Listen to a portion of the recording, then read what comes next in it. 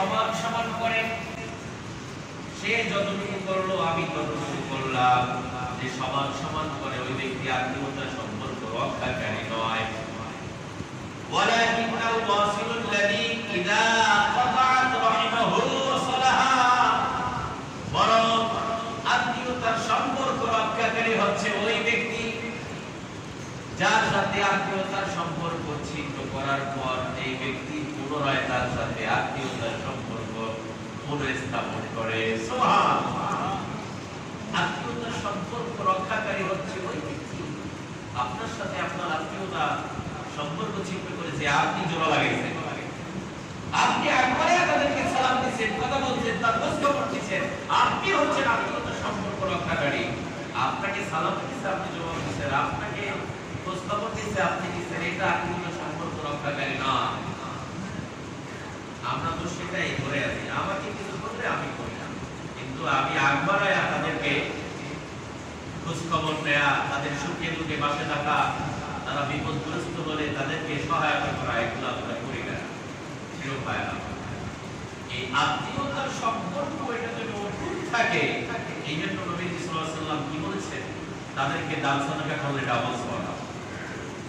ইসলাম এতটা সুন্দর, ইসলামের চরিত্র এতটা সুন্দর যে আমরা সবাই যেন মিলেমিশে সুন্দরভাবে জীবন যাপন করতে পারি, সেই পরামর্শ ইসলাম দেয়। ঠিক কিনা বলেন?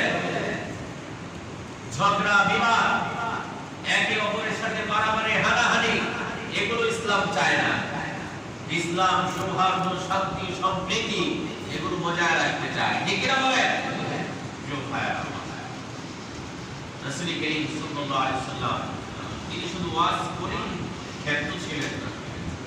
নবী রাসূলগণ তারা ছিলেন উম্মতের কাছে সবচেয়ে উত্তম নমুনা। তারা যে ওয়াজ করতেন এটা নিজেরা আমল করে দেখায় দিতেন।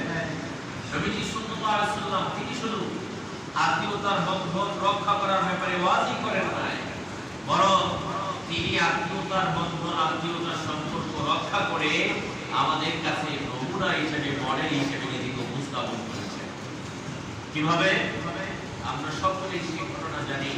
রাসূল করিম সাল্লাল্লাহু আলাইহি ওয়াসাল্লাম তার উপর যখন প্রথম ওহী আসে, তিনি নবুয়ত প্রাপ্ত হন, এরপরে তিনি যখন বাসায় আসেন, তিনি এত পরিমাণ ভীত, সন্ত্রস্ত, ভয়বান, তার জ্বর চলে আসে শরীরে। তিনি তার প্রিয়তমা স্ত্রী খাদিজাতুল কুবরা রাদিয়াল্লাহু তাআলা আনহাকে বলেন, জামিলুনি জামিলুনি, আমাকে ঢেকে দাও, আমাকে কম্বল দিয়ে চাদর দিয়ে ঢেকে দাও, আমার শরীরে জ্বর চলে এসেছে, আমি আমার জীবন নিয়ে আশঙ্কা করছি।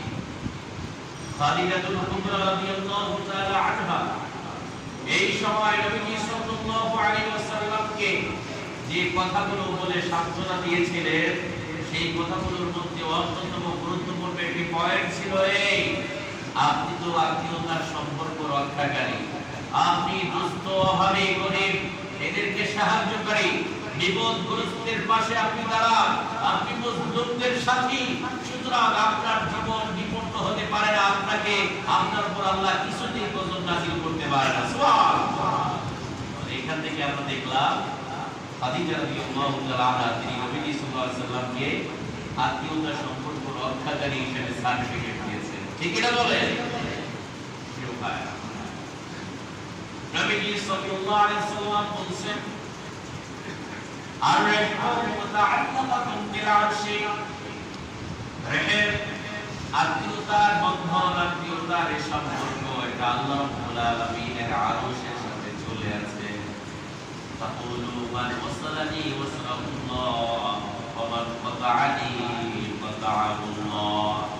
সে বলতে আছে, তাকুলু এই কথা বলছে, মান ওয়াসালানি ওয়াসালাল্লাহ, যে আমার সম্পর্ককে অটুট রাখবে, যে আমাকে যুক্ত রাখবে, আল্লাহ রাব্বুল আলামিন তাকে যুক্ত রাখবে। যে আমার সম্পর্ক ছিন্ন করবে, আল্লাহ